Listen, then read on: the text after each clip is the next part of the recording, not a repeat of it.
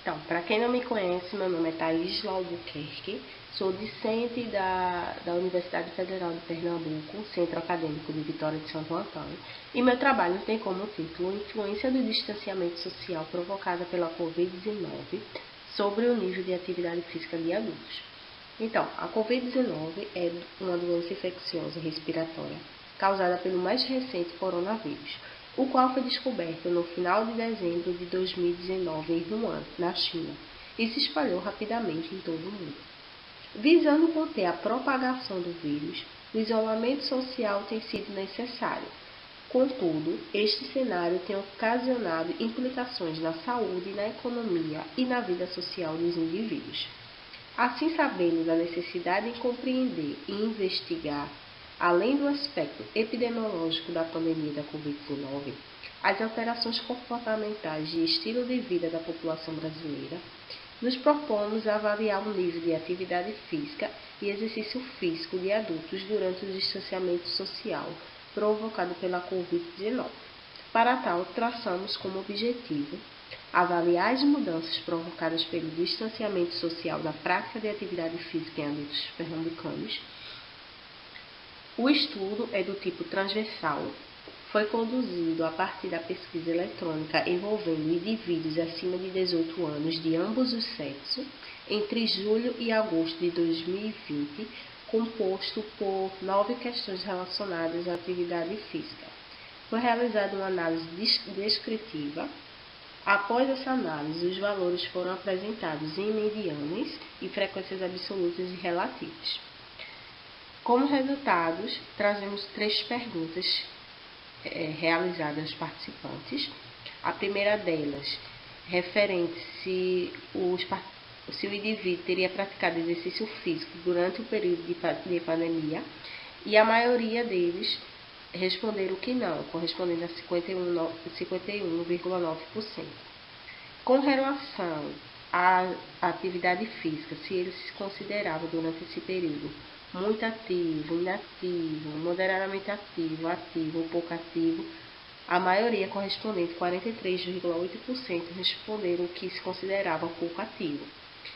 E em relação após o início da pandemia, se essa quantidade de atividade física e exercício físico eles teriam aumentado, diminuído, ou se não teve alteração nenhuma, a maioria, correspondente 51,9%, respondeu que diminuiu. Ou seja, esses dados nos mostram que os níveis de atividade física e exercício físico diminuíram. Ou seja, chegamos à conclusão através desses resultados, que o comportamento relacionado à prática de atividade física apresentou redução após as medidas de distanciamento, podendo sim acarretar prejuízos no indivíduo, pois a atividade física atua de forma fundamental no combate e prevenção ao novo coronavírus. Aqui estão as nossas referências e obrigada.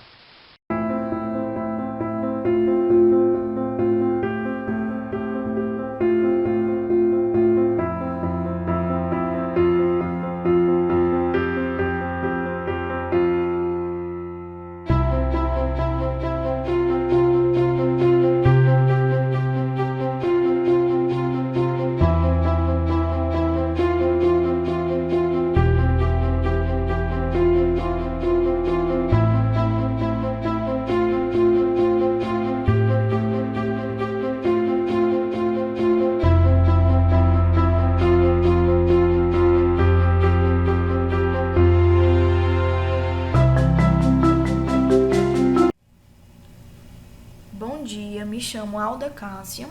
O meu trabalho é intitulado Influência do exercício moderado sobre os níveis de estresse oxidativo e contratilidade intestinal in vitro em ratos hipertensos 2R e 1C. Esse trabalho foi desenvolvido no Laboratório de Exercício e Trato Gastrointestinal na Universidade Federal do Piauí, sob a orientação do professor Moisés Tolentino. Bem, o exercício físico regular e moderado, ele modula efeitos benéficos em diversos sistemas. Aumenta a atividade do sistema nervoso parasimpático, que é interligado por meio do nervo vago e de suas fibras colinérgicas ao trato gastrointestinal, exercendo uma atividade excitatória sobre o músculo liso. Mostramos em um trabalho anterior desenvolvido em nosso laboratório que o exercício físico conseguiu prevenir a diminuição do esvaziamento gástrico provocado pelo modelo 2R e 1C. Esse modelo ele é caracterizado pelo aumento dos níveis de angiotensina 2, principal efetor do sistema renina-angiotensina-aldosterona, que promove uma atividade inibitória sobre o músculo liso intestinal. Com isso, o exercício ele foi capaz de prevenir essa diminuição do esvaziamento gástrico. Dessa forma, o nosso trabalho teve como objetivos investigar a influência do exercício nos níveis de biomarcadores do estresse oxidativo e contratilidade intestinal em ratos 2R e 1C, caracterizado pelo aumento da angiotensina 2. Com relação à metodologia, os grupos foram divididos em grupo CHAN, grupo 2R e 1C e grupo exercício 2R e 1C. No dia 0, ocorreu a indução do modelo de hipertensão, caracterizado pela colocação de um clipe na artéria renal dos animais. Os animais do grupo CHAN passaram pelo mesmo estresse cirúrgico da colocação do clipe da artéria renal nos animais do grupo 2R e 1C. Com esse clipe na artéria renal, ele tem uma constrição desejável para que ocorra o aumento da pressão arterial. No dia 7, esses animais foram monitorados por meio de um método de pletismografia de cauda não invasivo, para que fossem observados os resultados de pressão arterial sistólica em milímetro de mercúrio. Os animais que apresentaram uma pressão arterial maior que 140 milímetros de mercúrio foram considerados no estudo como os animais do grupo 2R e 1C. Os animais do grupo 2R e 1C exercício realizaram o exercício em esteira durante 1 hora, por 5 dias na semana, com intervalo de 2 dias, durante 6 semanas de treinamento. Esse treinamento ele considerou 65 a 75% da capacidade máxima de corrida do animal, obtida por meio de um teste de velocidade individual, anteriormente durante o processo de adaptação desse treinamento. Após as 6 semanas de exercício, ocorreram os protocolos de contratilidade in vitro do duodeno por meio de um banho de órgãos, onde foram registradas contrações por meio de um sistema de aquisição de sinais biológicos, conectado a um transdutor de força através de um amplificador de sinal. Também a análise do estresse oxidativo e a dosagem de citocinas inflamatórias. Com relação aos nossos resultados, podemos observar no gráfico A o resultado da pressão arterial sistólica em milímetro de mercúrio, considerando as semanas do estudo. De forma basal, os animais apresentaram uma pressão arterial normal. Após a indução da hipertensão arterial, os animais 2R e 1C tiveram o aumento da pressão arterial sistólica. E, com o início do treinamento físico diário e regular, os animais do grupo exercício, eles apresentaram uma queda da pressão arterial de forma significativa comparada ao grupo CHAN, destacando que o exercício foi capaz de reduzir a pressão arterial nesses animais. Com relação ao nosso resultado B, o resultado da porcentagem de contração das tiras de duodeno em relação ao log de carbacol, concentrações cumulativas de carbacol foram utilizadas e foi observado que o grupo 2R e 1C apresentou uma responsividade reduzida ao carbacol em comparação com o grupo CHAN e que o grupo exercício ele conseguiu de certa forma, reverter ou prevenir essa diminuição da responsividade ao carbacol. Com relação aos nossos resultados de estresse oxidativo e perfil inflamatório, foi observado aqui no gráfico C a atividade de MPO, mieloperoxidase, que tem um efeito pró-oxidante. Os animais do grupo 2R1C apresentaram um aumento da atividade de MPO no duodeno, em comparação com o grupo chão. E o grupo exercício ele conseguiu reduzir os níveis da atividade de MPO de forma prevenindo esse perfil pró-oxidante. Com relação à atividade de GSH-glutationa, que é uma atividade antioxidante, foi observado que o grupo 2R1C, o grupo hipertenso, ele apresentou uma diminuição de GSH em comparação com o grupo chão, e isso ocorreu também no grupo de exercício físico.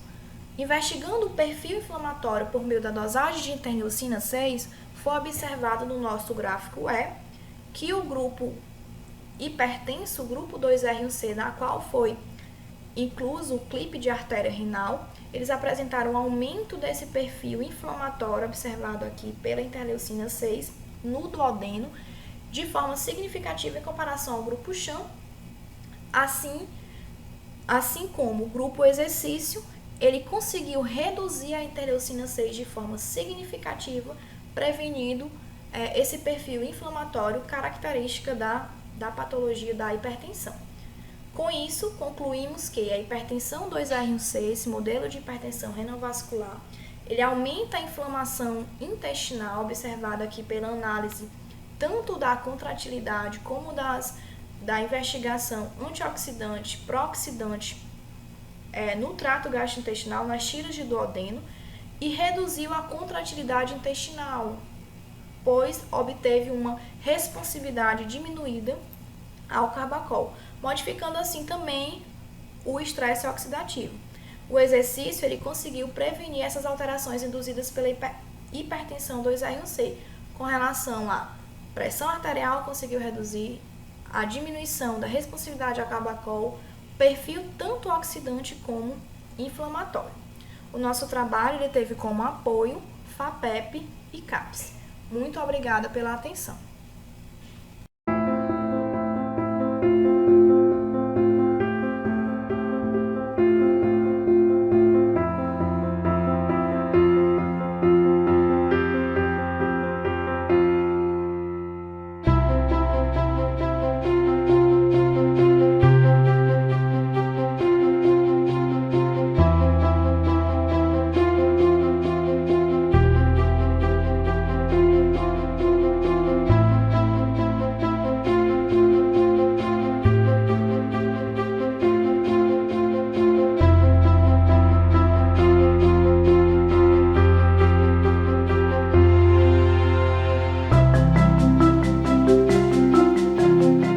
Me chamo Pedro Nogueira e vou apresentar o trabalho intitulado Treinamento de resistência previne o retardo do desenvolvimento gástrico de sólidos, mas não melhora o aumento de pressão em ratos tratados com dexametasona. Então, o uso crônico de glicocorticoides promove desordem sobre o sistema digestório e cardiovascular. Entretanto, ainda é desconhecido o efeito do treinamento resistido sobre esses sistemas durante tais desordens.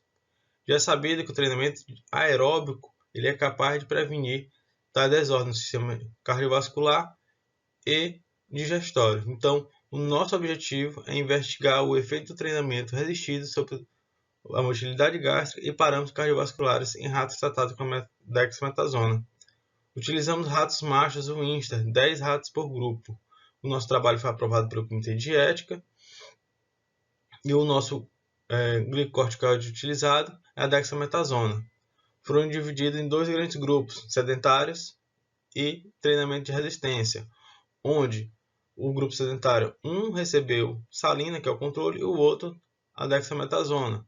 No treinamento de resistência, um apenas praticou o treinamento, o outro, além do treinamento, foi tratado com dexametasona. De maneira geral, aconteceu o período de adaptação do treinamento durante 5 dias, posteriormente ocorreu o treinamento de resistência durante 8 semanas e, depois disso, o tratamento com dexametasona por 10 dias consecutivos. Por fim, foram avaliados parâmetros hemodinâmicos e esvaziamento gástrico de sólidos.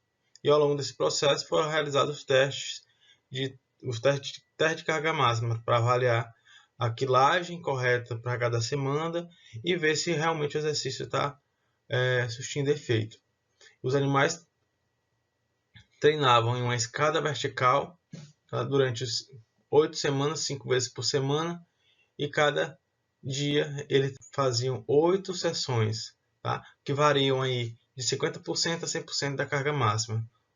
No que diz respeito ao tratamento, utilizado a dexametasona, na concentração de 1 mg por kg via IP, e os animais controlados foram utilizados salina. Para os parâmetros cardiovasculares, hemodinâmicos, para aferir a pressão arterial média, foi verificado através da introdução de uma cânula na artéria femoral desses animais, e os outros dados foram obtidos através do eletrocardiograma. No que diz respeito ao exame gástrico de sólidos, os animais passaram por um jejum de 24 horas, seguido foi ofertado 1,5 grama durante 10 minutos, foi calculado quanto sobrou, os animais passaram 90 minutos no processo de digestão, eutanasiados, foi aberto o estômago, verificado quanto tinha ainda do conteúdo gástrico restante, e esses dados foram utilizados para avaliar o esvaziamento gástrico de sólidos. No que diz respeito aos resultados, a figura A e B representam os testes de carga máxima realizados ao longo das 8 semanas, sendo na figura A, na horizontal, o tempo em semanas, basal, segunda, quarta, sexta e oitava semanas. Consigo observar que a partir da segunda semana de treinamento já tem diferenças estatísticas. Nas duas linhas superiores indicam os animais que participaram do treinamento, verificando que, de fato, eles conseguiram ter mais força ao longo desse treinamento físico. Tá? Na figura B representa, de outra forma, esse mesmo gráfico, só que no que diz respeito à oitava semana, a última semana de treinamento, referente à carga máxima. Então, vemos nitidamente que os animais que praticaram exercício físico conseguiram obter bem mais força do que os sedentários. Isso pode ser simplificado pela estimulação da síntese proteica, provocando hipertrofia muscular e hiperplasia também. As figuras C, D e E representam os parâmetros cardiovasculares, onde à esquerda, figura C, temos a frequência cardíaca. Conseguimos observar que o grupo que praticou o treinamento físico houve uma leve bradicardia quando comparado com o grupo sedentário. Entretanto, quando comparamos o grupo faz a comparação entre os grupos treinados, observamos que os prejuízos causados pela dexametasona não pode ser prevenido pelo treinamento físico, tá? O mesmo acontece no intervalo RR, que pode ser, inclusive, a frequência cardíaca pode ser calculada em cima dele, tá? No que diz respeito à figura E, que representa a pressão arterial média, observamos que em todos os grupos tratados com dexametasona, que estão aqui em cinza, houve um aumento da pressão arterial, tá? Então, o que é que poderia explicar essas situações? No que diz respeito ao aumento da frequência, a bradicardia ocasionada pelo exercício físico pode ocorrer por conta da hiperestimulação parasimpática, que já é conhecida na literatura.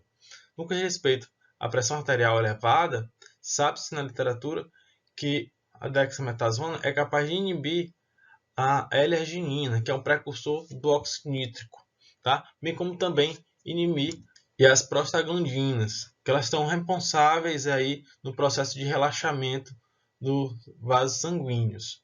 Então, uma vez eles não estando presentes, vai acontecer uma vasoconstrição, um favorecimento para a vasoconstrição, consequentemente, uma elevação da pressão arterial média, tá?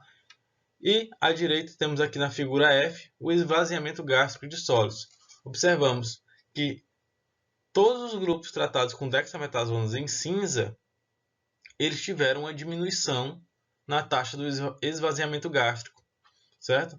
Mas quando a gente compara os grupos sedentários tratados com dexametasona com o grupo treinado tratado com dexametasona, conseguimos observar que houve uma atenuação do retardo do esvaziamento gástrico, tá? Na literatura, retrata que além da inibição da L-arginina, que ocorre a inibição da síntese do óxido nítrico, que prejudica também a motilidade gastrointestinal, foi visto que a dexametasona ela pode provocar uma hiperglicemia, tá? E diante desses casos de hiperglicemia crônico, ocorre um processo de retardo do exercício gástrico, já conhecido. E também é conhecido os efeitos do exercício físico na promoção da sensibilidade à insulina, da regulação dos índices glicêmicos. Então, segundo a literatura, esse é um possível mecanismo envolvido na atuação da atenuação do retardo do esvaziamento gástrico, concluindo que a dexametasona diminui o esvaziamento gástrico de sólidos e promoveu o aumento da pressão arterial média, sem modificação dos valores da frequência cardíaca. O efeito sobre o esvaziamento gástrico foi prevenido pelo treinamento de resistência. O treinamento de resistência não alterou o aumento da pressão arterial média, não houve bradicardia nos ratos que praticaram exercício e dexametasona.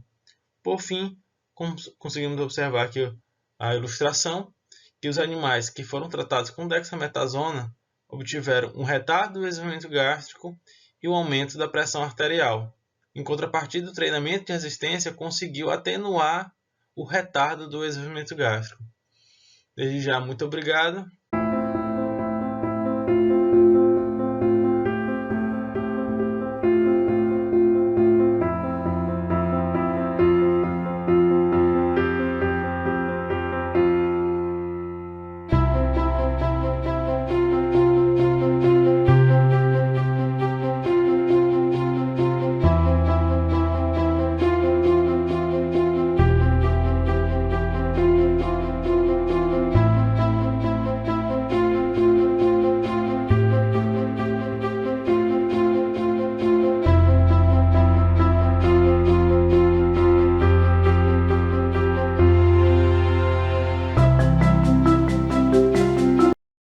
Olá, eu me chamo Amanda Alves de Almeida. Irei apresentar o trabalho titulado como Efeitos Preventivo e Terapêutico do Exercício Aeróbico sobre parâmetros de balanço oxidativo no ventrículo cardíaco em um modelo animal de envelhecimento e obesidade induzida por dieta hiperlipídica. Conhecidamente, as alterações inerentes ao envelhecimento estão associadas ao progressivo prejuízo das funções fisiológicas, e dentre elas a função cardiovascular. Entretanto, quando associada a comportamentos de risco, como a adoção de estilos de vida sedentário e dietas hipercalóricas, o risco para o surgimento e desenvolvimento de doenças cardiovasculares é ainda maior. Dentre esses eventos envolvidos na patogênese das doenças cardiovasculares resultantes da obesidade, destaca-se o desbalanço oxidativo, responsável pela lesão irreversível de macromoléculas que constituem as membranas lipídicas, proteínas e ácidos nucleicos. Nessa perspectiva, o exercício mostra-se como uma ferramenta não farmacológica para o tratamento dos agravos associados à obesidade e, dessa forma, para a atenuação dos eventos fisiológicos associados ao envelhecimento. No entanto, esse trabalho justifica-se por não ter sido encontrados estudos que avaliaram o efeito preventivo e terapêutico do exercício sobre parâmetros redox cardíaco em um modelo simultâneo de obesidade e envelhecimento. Dada a importância da temática, esse estudo teve como objetivo avaliar o efeito preventivo e terapêutico do exercício sobre parâmetros do balanço oxidativo no ventrículo cardíaco em um modelo animal de envelhecimento e obesidade. Para tal, foram utilizados 32 ratos ruístas machos com 4 meses de idade que foram distribuídos aleatoriamente em 2 grupos. Um grupo mantido sedentário, com N de 24, e um grupo que iniciou o protocolo de exercício preventivo, com N de 8. Aos 9 meses de idade, esses animais sedentários foram subdivididos em 2 novos grupos. O grupo mantido com dieta controle, N de 8, e um grupo que passou a receber dieta hiperlipídica, N de 16. Na mesma idade, os animais treinados também passaram a ser alimentados com dieta hiperlipídica. Ao completarem 12 meses de idade, os animais sedentários submetidos à dieta hiperlipídica foram subdivididos em 2 novos grupos. O grupo sedentário, com N de 8, e o grupo que iniciou o protocolo de exercício terapêutico, também com N de 8. Ao final de 14 meses de protocolo experimental, o estudo contou com 4 grupos: o envelhecido sedentário, E7, o envelhecido sedentário alimentado com dieta hiperlipídica, E7 mais DHL, o envelhecido treinado terapeuticamente alimentado com dieta hiperlipídica, ETT mais DHL, e envelhecido treinado preventivamente alimentado com dieta hiperlipídica, ETP mais DHL. O treinamento foi realizado em esteira, em dias alternados, a 60% da capacidade máxima durante 1 hora. O ventrículo cardíaco foi coletado para a determinação do nível de estresse oxidativo através da dosagem de peroxidação lipídica pela técnica de Tibas e oxidação de proteínas pela dosagem de proteínas carboniladas, além da determinação da capacidade antioxidante através da atividade das enzimas catalase e glutationa peroxidase. Os dados foram expressos em média mais ou menos desvio padrão e analisados pelo teste ANOVA-ONUE e pós-testes de Tuck, e as diferenças assumidas com p-valor menor que 0,05. Aos resultados, como podemos observar nos gráficos, a dieta hiperlipídica ela aumentou o Tibas e as proteínas carboniladas e reduziu a atividade da enzima catalase e da GPX, quando comparado com o grupo sedentário, E7, reforçando assim os efeitos pró-oxidativos e prejuízo da capacidade antioxidante associada à obesidade. Por outro lado, ambos os treinamentos atenuaram os efeitos da dieta comparados com o grupo E7 mais dieta hiperlipídica, nas variáveis proteínas carboniladas e a atividade da GPX. É importante ressaltar que apenas o treinamento preventivo reduziu o Tibas e além de aumentar a atividade da catalase comparado com o grupo E7 mais DHL. Sendo assim, nós observamos que ambos os treinamentos atenuaram as alterações causadas pela dieta hiperlipídica. No entanto, os melhores resultados foram associados à realização preventiva de exercício físico. Por fim, gostaríamos de agradecer às agências de financiamento, CNPq e FAPESP, pelo apoio financeiro fornecido para a realização do trabalho, e a pesquisa e a comissão organizadora do Simpósio Brasileiro de Fisiologia Cardiovascular pela oportunidade de apresentar o nosso trabalho. Obrigada!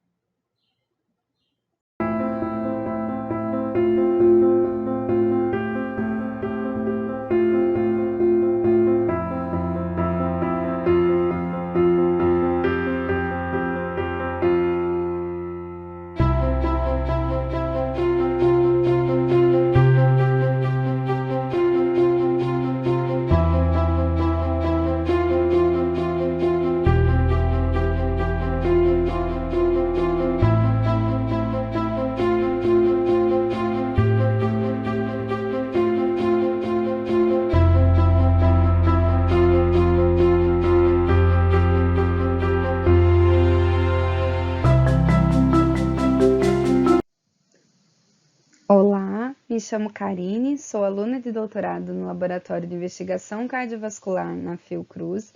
O trabalho que irei apresentar tem como título Efeito do treinamento físico nas alterações hepáticas e nos níveis de produtos finais de glicação avançada em modelo pré-clínico de esteatose hepática. A doença hepática gordurosa não alcoólica, ou DHGNA, é reconhecida como um problema de saúde pública, sendo a causa mais comum de disfunção hepática no mundo. A DHGNA é um espectro de condições hepáticas que pode evoluir de uma esteatose simples para uma esteatohepatite, podendo evoluir para quadros mais graves como a cirrose. Alguns estudos discutem o papel dos produtos finais de glicação avançada, os EIDs, na etiologia da DHGNA. Os EIDs são proteínas e lipídios que se tornam de maneira não enzimática glicados e oxidados após contato persistente com açúcar e um alto grau de estresse oxidativo. Alguns trabalhos também mostram que o treinamento físico é capaz de modular a VAID RAGE em diferentes patologias, porém ainda são poucos os trabalhos que mostram essa correlação. Até o momento, a única intervenção não farmacológica capaz de impedir o desenvolvimento e a progressão da esteatose hepática é a mudança de hábitos alimentares e o treinamento físico. No entanto, o exato mecanismo envolvido nessa melhora ainda não está totalmente esclarecido. Sendo assim, o objetivo desse trabalho foi avaliar os efeitos do treinamento físico nas complicações e progressão da esteatose. Para isso, nós utilizamos camundongo C57 Black 6, os quais foram divididos em 2 grupos. O grupo que recebeu uma dieta padrão do biotério, que eu chamo de controle, e o grupo que recebeu uma dieta hipercalórica e hiperlipídica, qual eu chamo de high carb ou high fat. Eles foram alimentados durante 24 semanas para a indução da DHGNA e obesidade. Após a indução, eles foram divididos em 4 grupos, os sedentários e exercitados, onde os animais exercitados, tanto o controle quanto o high carb ou high fat, foram submetidos a um teste para determinar a capacidade máxima de exercício e depois submetidos ao treinamento físico durante 12 semanas, o qual foi constituído por corrida em esteira ergométrica 3 vezes na semana, 30 minutos de duração a sessão e com a intensidade de treinamento de 80% da velocidade máxima obtida no teste. Após as 36 semanas de protocolo, todos os animais foram submetidos às análises em vivo. A primeira análise em vivo realizada foi a avaliação da pressão arterial sistólica, utilizando um pletismógrafo caudal. Já a função hepática foi avaliada utilizando a ultrassonografia através da análise da ecogenicidade do parênquima hepático. Depois avaliamos a microcirculação hepática e do tecido adiposo desses animais, onde a primeira metodologia que utilizamos foi o microscópio intravital, onde avaliamos a interação leucócito-endotélio através da contagem do número de leucócitos que estavam rolando e aderidos na parede do vaso. Depois avaliamos o fluxo sanguíneo microvascular hepático e do tecido adiposo através do laser especo, que é expresso em unidade habitárias de perfusão em uma escala de cores do azul ao vermelho, que representa a área menos e mais perfundida. Depois das análises em vivo, os animais foram submetidos à eutanásia para a coleta de amostras. Os nossos resultados mostraram que o treinamento físico foi capaz de diminuir o peso corporal e a pressão arterial sistólica dos animais high carb, high fat. Além disso, o treinamento físico impediu o aumento dos níveis de AIDS séricos e modulou negativamente os níveis de AIDS no fígado de animais high carb ou high fat exercitados. Vimos também que a atividade da enzima catalase teve um maior aumento no grupo high carb ou high fat exercitado do que o grupo high carb ou high fat sedentário, quando comparado ao controle. Existe um consenso geral de que o fígado esteatótico compromete a microcirculação hepática e que ainda a DHGNA está associada a uma reação inflamatória no tecido adiposo e que o tecido adiposo se comunica com o fígado através da circulação portal, levando adipocinas e mediadores até o fígado, podendo levar ao agravamento do quadro. Sendo assim, nós avaliamos as alterações microcirculatórias do tecido hepático e do tecido adiposo e o efeito do treinamento físico sobre esses parâmetros. Avaliando a microcirculação do tecido hepático, foi possível observar que a dieta high carb ou high fat levou a uma diminuição do fluxo sanguíneo hepático quando comparados ao controle, porém a diminuição no grupo high carb ou high fat exercitado foi mais sutil do que o high carb ou high fat sedentário. Além disso, a dieta levou ao aumento do rolamento e adesão de leucócitos no endotélio quando comparados ao controle, e o treinamento físico foi capaz de reverter essa alteração nos animais high carb ou high fat. Avaliando a microcirculação do tecido adiposo, foi possível observar que a dieta high carb ou high fat levou a uma redução do fluxo microvascular, um aumento do rolamento e adesão de leucócitos quando comparado aos grupos controles. E o treinamento físico foi capaz de reverter todas essas alterações. Vale destacar que essa é a primeira vez que é analisado o fluxo sanguíneo microvascular do tecido adiposo no contexto da DHGNA e que ainda também é a primeira vez que é mostrado o efeito do exercício físico na microcirculação hepática de animais com DHGNA.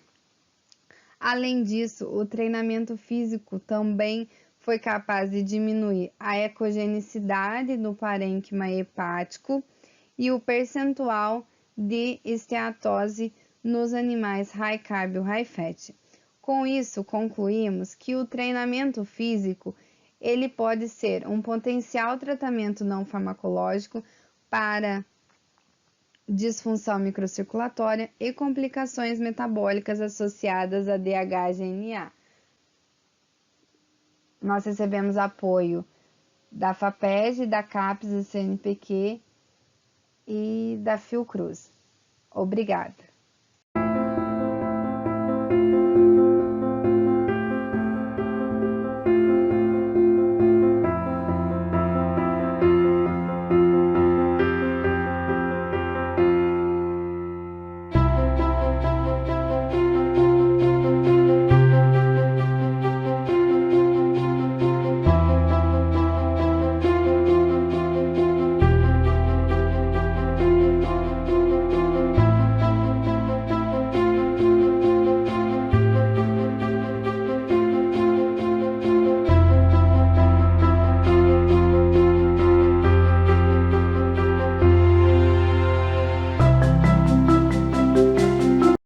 Olá, meu nome é Nádia, eu sou aluna do Programa de Reabilitação e Desempenho Funcional da Faculdade de Medicina da USP de Ribeirão Preto e o trabalho que eu vou apresentar aqui hoje é intitulado Treinamento de Força com Restrição do Fluxo Sanguíneo não prejudica o remodelamento vascular em ratos Wistar.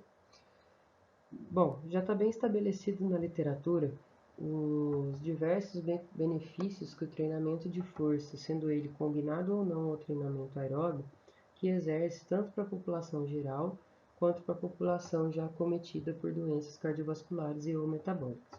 Entretanto, pouco se sabe sobre o treinamento de força com restrição do fluxo sanguíneo e as suas adaptações cardiovasculares.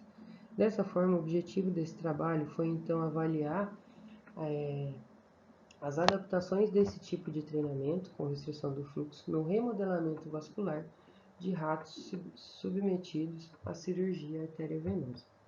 Para isso, nós utilizamos 54 ratos Wistar machos com 8 semanas de vida, pesando entre 240 e 280 gramas. Esses ratos foram submetidos a uma cirurgia arteriovenosa. Para isso, eles ficaram no dia anterior em jejum de 12 horas e foram então anestesiados com tribromoetanol. Esses ratos foram divididos em 4 grupos: grupo sedentário com restrição do fluxo sanguíneo, grupo treinado em força e grupo treinado em força com restrição do fluxo sanguíneo. Essa divisão foi aleatória e os ratos que foram submetidos à oclusão, à restrição do fluxo, eles tiveram a artéria e a veia femoral direita ocluída. Da seguinte forma: então esses ratos eles tiveram essa região inguinal esterilizada e raspada para remover os pelos. Com o bisturi foi feita uma abertura nessa região que fica bem próxima da artéria ilíaca do rato, e então foi inserido um fio de nylon para ocluir a artéria e a veia femoral direita. Depois dessa oclusão, foi feita uma sutura nessa abertura e os animais foram colocados em uma caixa aquecida para recuperação. Os animais do grupo sedentário e treinado em força, eles não tiveram essa região, essas artérias e veias ocluídas, mas eles tiveram essa região inguinal aberta e logo suturada, para que eles pudessem passar pelo mesmo estresse cirúrgico dos ratos que sofreram a oclusão. Mas todos eles tiveram 2 semanas de recuperação e tratados com medicamentos. Então, todos os dias esses ratos recebiam anti-inflamatório e dia sim, dia não, recebiam antibiótico. Passadas essas 2 semanas, eles tiveram uma semana de familiarização ao protocolo de treinamento, que era uma subida numa escada vertical, como está representado aqui nessa foto aqui abaixo.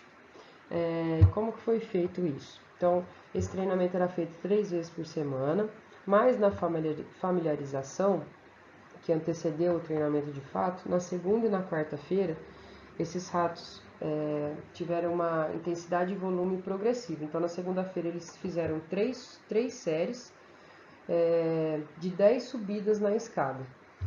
Então, e na quarta-feira já subiu para 6 séries de 10 subidas nessa escada, com 1 minuto de descanso nessa caixinha aqui, alojada em cima da escada. Na sexta-feira, que foi o último dia dessa semana de familiarização, nós fizemos o teste do peso máximo carregado, ou seja, para a gente poder calcular a intensidade do treino, que foi 50% dessa carga máxima que o rato conseguiu subir essa escada. E também fizemos o teste de preensão manual, que mediu a força de preensão das 4 patas do rato. Então, depois dessa semana de familiarização, eles fizeram 4 semanas de treinamento de força para depois, então, serem sacrificados. E as análises mostradas aqui nesse trabalho são a de perfusão sanguínea, que mediu a quantidade de células sanguíneas naquela região do rato que foi ocluída. Então, com o aparato, a gente colocava ali na região de oclusão do rato para medir essa quantidade de células sanguíneas por centímetro cúbico. Também avaliamos a atividade enzimática da NMP2, que é chamada de zimografia, que ela quantifica essa atividade proteolítica para mensurar a atividade enzimática da NMP2.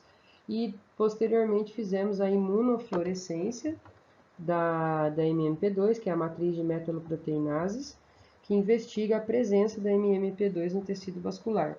A MMP2 é um marcador do remodelamento vascular. E, por fim, avaliamos também a estrutura morfológica do vaso, que é a chamada de histologia. O programa estatístico utilizado foi o Prisma e a estatística utilizada é a ANOVA de 2 vias. Como resultado, nesses primeiros gráficos, nós temos as análises da perfusão sanguínea. Então, foi feito no momento pré-cirúrgico, antes da gente fazer a cirurgia ou a cirurgia Shan, que é a cirurgia que o rato só é submetido ao estresse, mas ele não é ocluído. Fizemos no meio do protocolo e fizemos no dia do sacrifício. E o que a gente encontrou? Que os animais do grupo treinado em força com restrição do fluxo, representado aqui por cinza escuro, tiveram uma diminuição da perfusão sanguínea. Ao passo que os animais do grupo treinado em força, que é representado por essa cor cinza mais clara, eles tiveram um aumento nos seus valores, girando entre 231 e 260 BPM. Os animais do grupo sedentário são representados pela barra preta e os do sedentário com restrição do fluxo pela barra branca. Logo abaixo, nós temos a quantificação da zimografia na aorta abdominal. E encontramos que essas letras elas indicam diferença entre os grupos. Então, o grupo sedentário apresentou um aumento comparado ao sedentário com restrição do fluxo, com treinado em força e com treinado em força com restrição do fluxo.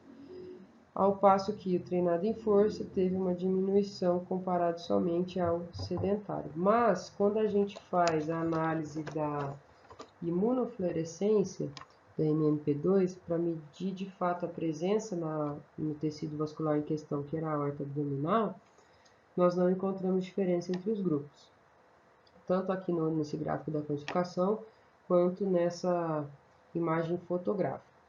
E logo abaixo, nós fizemos a medida da estrutura morfológica do vaso. Na figura 4, temos a comparação entre os grupos sedentário ocluído e não ocluído, e na figura 5, com os grupos treinados em força, ocluídos ou não. E nós não encontramos diferença entre os grupos, ou seja, todos os grupos preservaram as suas 3 camadas da aorta torácica. A camada mais externa, adventícia, a camada intermediária, que é composta por músculo liso, e a camada mais interna, que é composta por células endoteliais. Então, apesar da gente ter encontrado diferença na perfusão sanguínea pelo grupo treinado em força ocluído somente o treinado em força, essa diferença não refletiu na análise da MMP2 e nem da histologia. Então, nós podemos concluir que esses resultados são promissores e sugerem que o treinamento de força com restrição do fluxo deve sim ser considerado como uma intervenção clínica alternativa para a população em geral.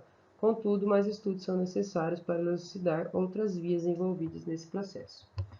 Eu gostaria de agradecer o apoio financeiro da CAPES e da FAPESP para a realização desse trabalho. Obrigado.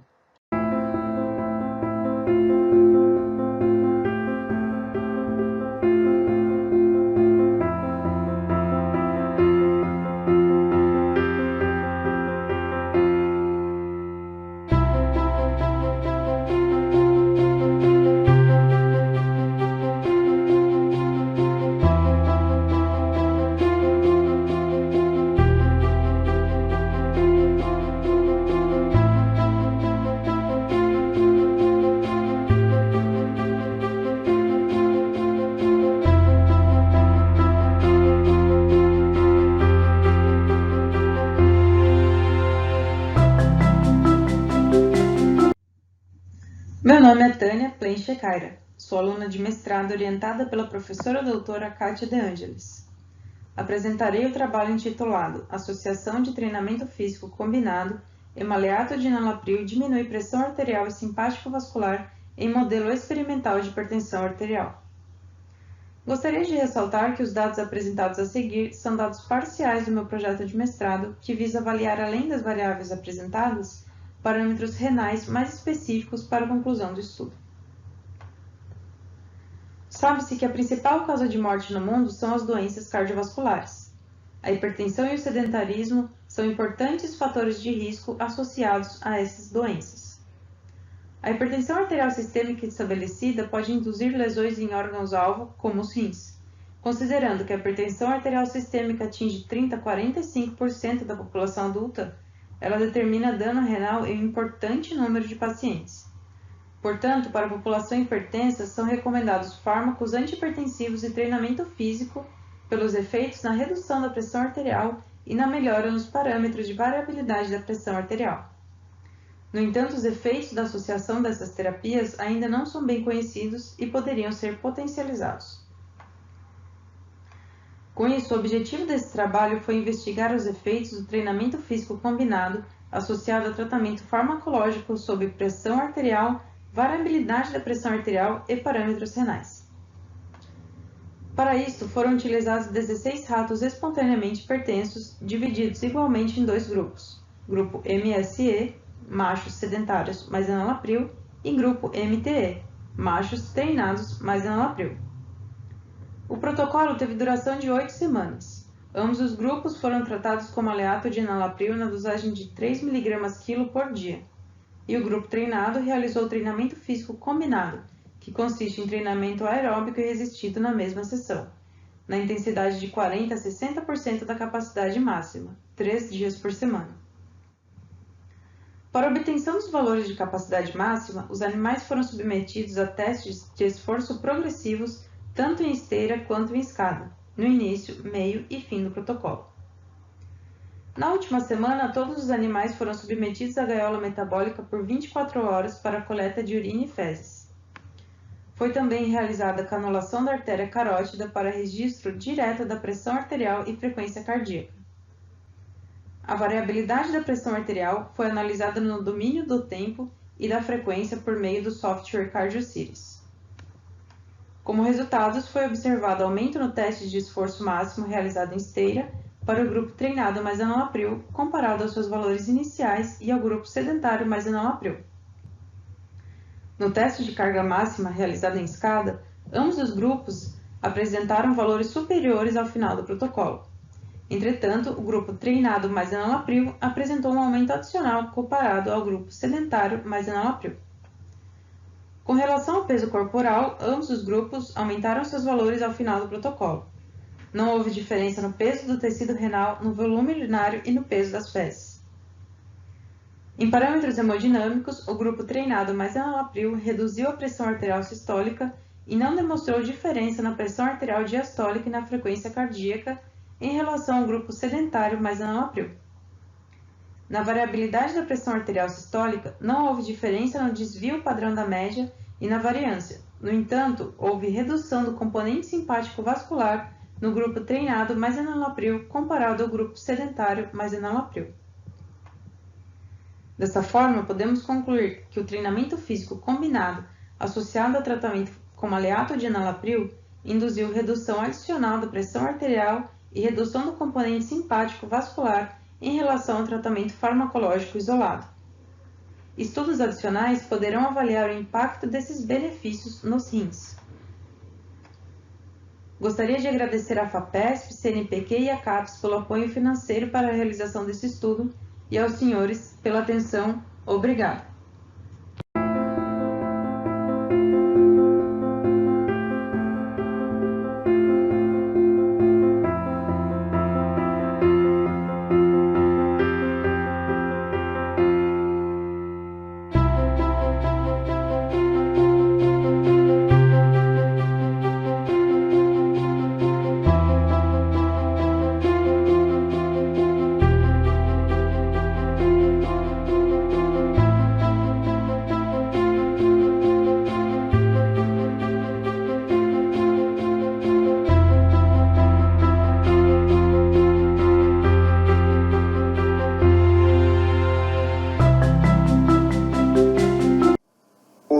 Meu nome é Carlos Reis, sou membro do Grupo de Fisiologia Translacional Aplicada à Saúde, Esporte e Desempenho Humano, vinculado ao Laboratório de Fisiologia e Bioquímica Experimental do Centro de Educação Física e Desporto da Universidade Federal do Espírito Santo.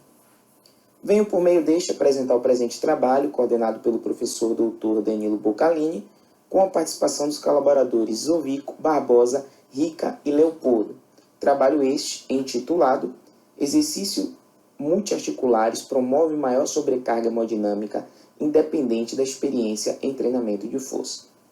A experiência no treinamento de força, bem como o uso de exercícios mono e multiarticulares, podem resultar em diferentes respostas fisiológicas durante a sessão. Sendo assim, o presente estudo tem por objetivo verificar se a experiência em treinamento resistido modifica a resposta hemodinâmica durante uma sessão de treinamento de força com exercícios mono e multiarticulares. O estudo foi composto por 12 indivíduos divididos em dois grupos, sendo eles grupo treinado e grupo não treinado. Foram realizadas 2 sessões de treinamento de força compostas por 4 séries de 12 repetições com recuperação de 1 minuto entre as séries a uma intensidade de 75% de 1 RM. Realizou-se mensuração de parâmetros hemodinâmicos tais como duplo produto, frequência cardíaca e pressão arterial sistólica e diastólica pré e pós-treinamento. Aqui seguem os nossos resultados. E como vocês podem observar na tabela 1, temos a comparação dos parâmetros hemodinâmicos de indivíduos com e sem experiências submetido ao treinamento mono e multiarticular. Na coluna 1, temos a cadeira extensora, ou seja, o exercício monoarticular, na qual está presente os dados dos indivíduos praticantes e não praticantes, antes e após a sessão de exercício. Foram avaliadas as seguintes variáveis: frequência cardíaca, pressão arterial sistólica, pressão arterial diastólica e duplo produto. É possível observar que o exercício monoarticular é capaz de elevar os 4 componentes avaliados: frequência cardíaca, pressão arterial sistólica e diastólica e duplo produto, de ambos os grupos. Já na segunda coluna, é possível observar o exercício multiarticular, que é o leg press, no qual foram encontrados resultados semelhantes nos parâmetros avaliados, ou seja, o mesmo foi capaz de elevar a frequência cardíaca, pressão arterial sistólica e diastólica e o duplo produto, após a sessão em ambos os grupos. Ao comparar as respostas hemodinâmicas para os diferentes modelos de exercício mono e multiarticular, observa-se que o exercício multiarticular é capaz de elevar a pressão arterial sistólica após o exercício a níveis maiores que o monoarticular, tanto para indivíduos praticantes quanto para indivíduos não praticantes. O mesmo se observa na pressão arterial diastólica e para o duplo produto, onde o exercício multiarticular apresentou uma maior resposta hemodinâmica, sem diferença entre os grupos. Desta forma, conclui-se que a prática do treinamento de força, que envolve maior número de articulações, ou seja, multiarticulares, promovem maior sobrecarga cardiovascular, independente do nível de experiência do praticante. Dou por encerrada aqui minha apresentação e agradeço a presença de todos os ouvintes.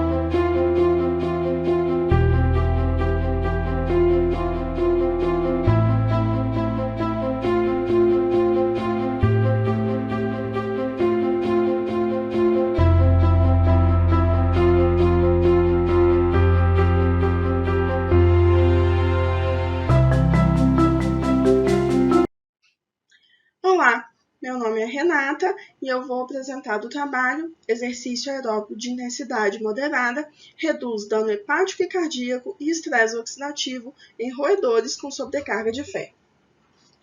Todos nós sabemos que o ferro é um elemento fundamental para a promoção de homeostase corporal e, por consequência, de saúde. Ele está envolvido em funções muito essenciais que vão desde a síntese do DNA até a nossa resposta imunológica, passando pela mais evidente de suas funções, que é o transporte de oxigênio. Para realizar essas funções, nós precisamos de concentrações muito pequenas de ferro, cerca de 1 miligrama por dia. E como nós obtemos o ferro naturalmente na nossa alimentação e não temos mecanismos ativos de excreção desse metal, é preciso que haja um controle muito rígido, muito fino do estoque e da absorção do ferro, para que a gente não entre numa condição de sobrecarga. A condição de sobrecarga de ferro, genética ou adquirida, ela está relacionada com danos e prejuízos em vários órgãos e vários sistemas, né? Os principais afetados pela sobrecarga de ferro são órgãos com alta taxa metabólica. O fígado, que tem ali, né, é o nosso depósito natural de ferro, e o coração e outros músculos pelo seu metabolismo, mas também há efeitos endócrinos, renais, nervosos e sistêmicos. Sabemos que na contramão, né, da condição de sobrecarga de ferro, a prática do exercício físico ela é grande promotora de saúde, mas nunca foi explorada como um mecanismo de prevenção ou atenuação dos efeitos da sobrecarga de ferro.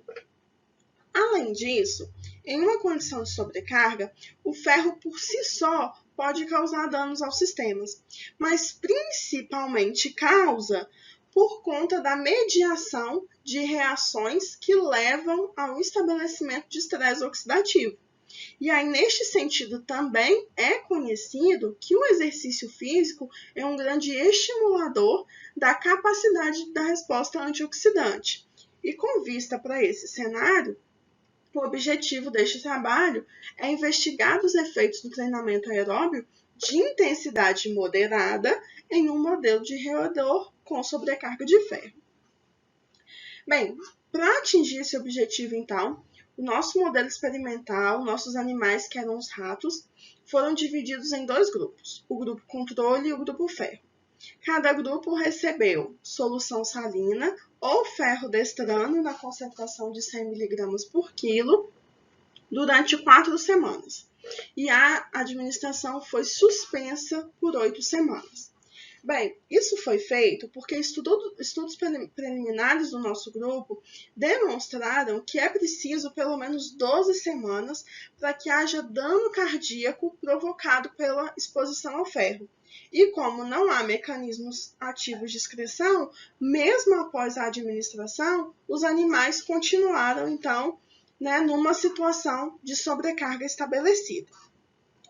Para avaliar o efeito do exercício nesta situação, um subgrupo dos animais expostos ao ferro, durante as 8 semanas de suspensão, foram submetidos a um protocolo de corrida em esteira. Então, houve um teste para determinação da capacidade física destes animais, acomodação na esteira e, progressivamente, eles chegaram até 70% de sua capacidade máxima durante 1 hora por dia ao final do protocolo. No final das 12 semanas, então, os animais foram anestesiados e o sangue foi coletado para avaliação dos parâmetros indicadores da sobrecarga de ferro, da função hepática e da função cardíaca. No nosso primeiro resultado aqui, há a comprovação de que o nosso protocolo realmente foi capaz de promover e sustentar a sobrecarga de ferro. Então, nós podemos observar que os grupos expostos ao ferro têm uma concentração sérica desse elemento elevada em relação ao controle.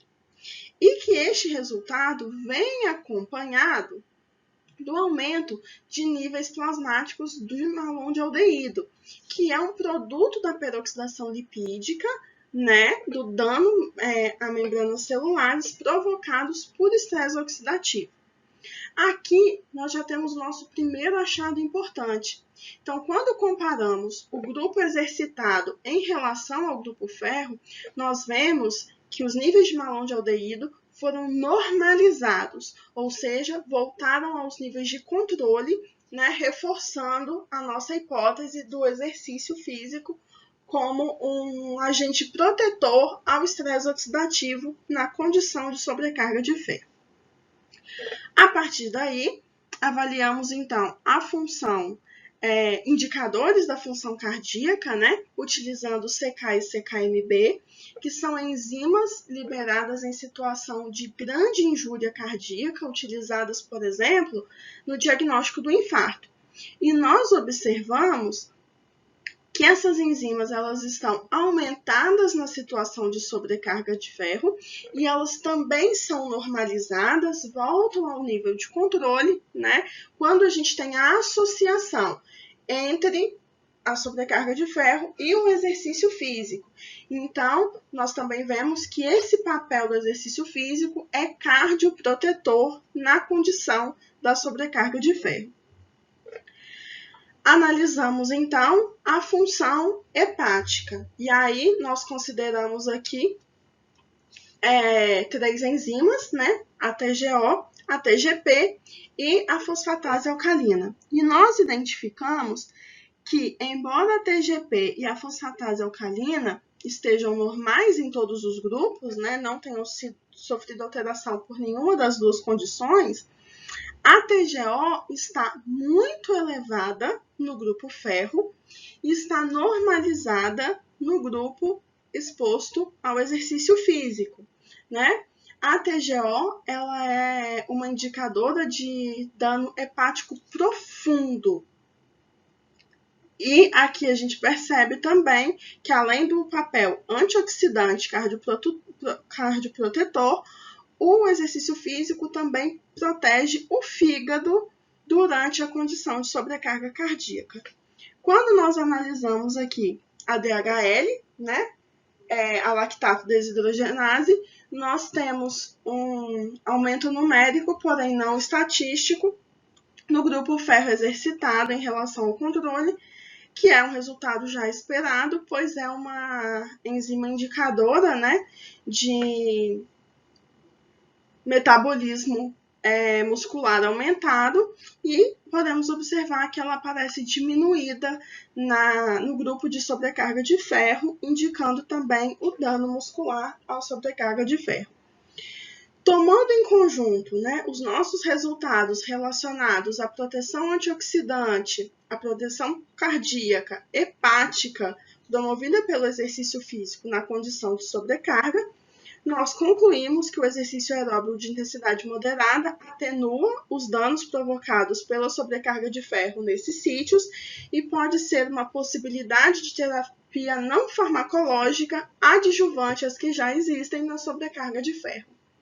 Agradeço a atenção e estou disponível na sala de avaliações para algumas perguntas.